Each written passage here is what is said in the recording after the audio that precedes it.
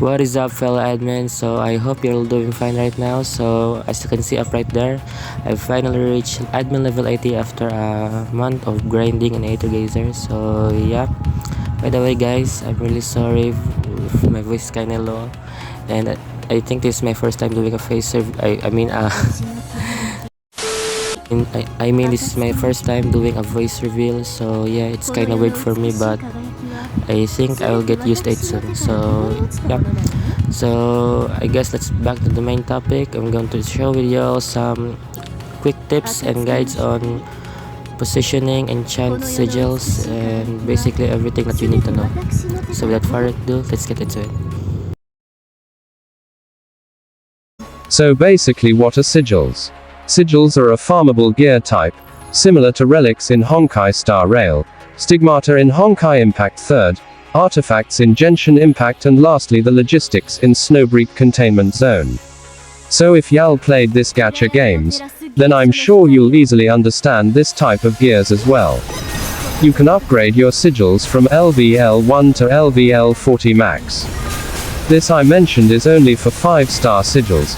I'm still not sure about the 4-star and 3 stars, but personally in my opinion, farming sigils, especially if you're still at admin level 34 or below, is not really recommendable, cause it can only slow your character building process. Just don't rush if you're still in the early stages. Only farm 5-star sigils when you're at least at admin level 35, or admin level 45 for a higher chances of getting a 5-star sigil. Now let's proceed to the sets and positioning sigils. Before investing your swigs and materials into your sigils, you should first determine which sets to use and which numbered slot should have which sigil. If you don't want to worry about this part, the recommended sigil sets are solid most of the time and have the correct positioning. So sigils sets can be roughly divided into two categories. First is the damage type sigils like the Vaganda Seal sigil set, for example, which gives you ice damage boost and other stat effects. This kind of sigils are best in slot 1, 3, and 5 slot. Secondly, resource type sets, like Jormungandr, which improve energy resource generation and are best in slots 2, 4 and 6 slot. So if you ask me, why does sigil positioning really matter? Well, it's because of the sigil's skill effects. As you can see, skill effects of a sigil can extremely maximize your sigil's potential, and putting your sigil in a wrong position will randomly give a skill effects that will not benefit to your sigil, and that random stat effects are mostly max HP. Take a look at this as an example, when I tried to put the Kaleidonia Rage sigil set in slot 1, and it randomly gives me a skill effect which is the max HP. Now that's something that you must really avoid before you decide to farm a sigil for your modifier. And when I tried to put this same sigil set in slot 2, then it automatically gives me the same skill effects that was on the sigil recommendations, so now that's the reason why sigil positioning is really a must. So now on the next topic, farming sigils. Once you know what sigils you want, you will need to farm them from sigil stages or buy them from the shop. 5-star sigils begin dropping in Battle Sweep Stage 3, which unlocks at level 35. While any clear can drop a 5-star sigil, you will be guaranteed to get a 5-star sigil after a certain number of clears of each stage, 9 for stage 3, 7 for stage 4, and 5 for stage 5. This pity timer is tracked dynamically in the stage description and resets whenever a 5-star sigil drops. The pity does not reset when the stage type refreshes, so you don't need to worry about that countdown.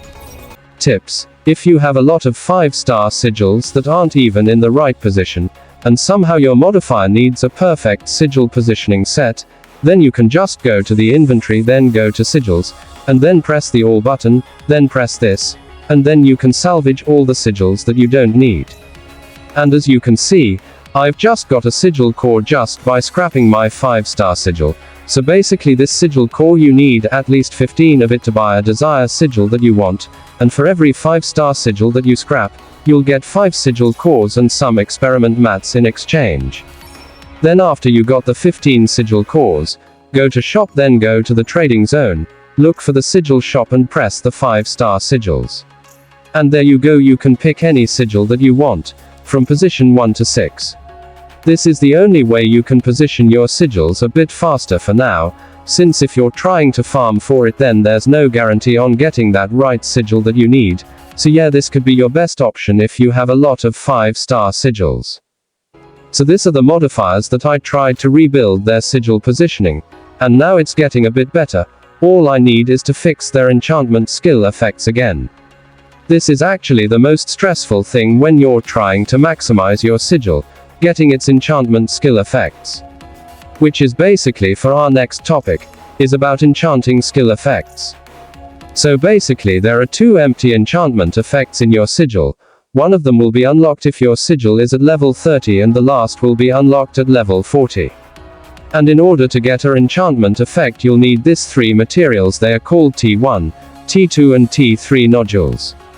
You can get them by either getting it from event rewards or you can also farm them here. So using the tier 1 and 2 module will generate an enchantment with a single random skill. And using tier 3 module will generate an enchantment with 2 random skills, to an empty potential spot. Note, tapping, abandon, will clear the potential enchantment slot allowing you to roll new skill effects into that slot. Tapping, select, will put the skills from the potential enchantment slot into the current effects slot making them active on the sigil, clearing the potential enchantment slot, and overwriting any skills that were already there. Here's a quick tip. Tier 2 modules drop better enchantment skills than tier 1, and also you can actually fuse them up just like fusing up your materials. So when all the potential enchantment slots are empty, you can click the lock button on one of the current skill effects to change the way enchantment works. While locked, you will instead spend 5 tier 3 modules to roll a 2 skill effect potential enchantment that always includes the locked skill. Tier 1 and 2 modules will be locked out in this mode. Only tier 3s can be used here.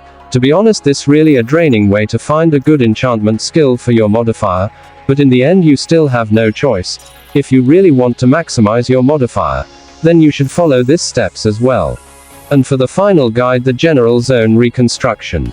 So sometimes, when you get a sigil by farming, they often have a gen zone reconstruction effect on them.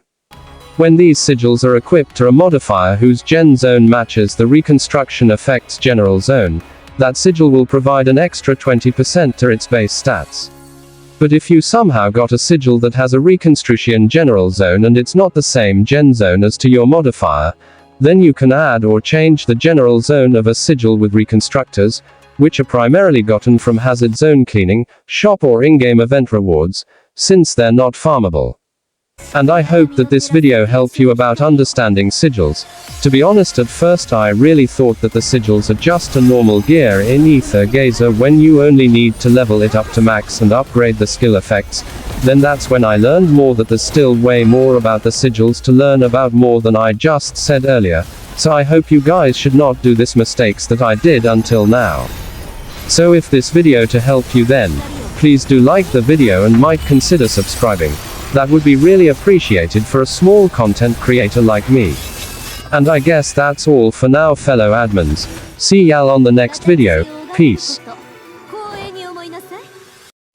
So before I end the video, I just wanna say that I really need some new members in my guild right now for this new event. So yeah, as long as you're active, you can join. Everyone is feel free to join, and it will automatically join you into the guild once you press the join button. And I guess that's all, and I hope to see you all in my guild soon. Peace, fellow admins.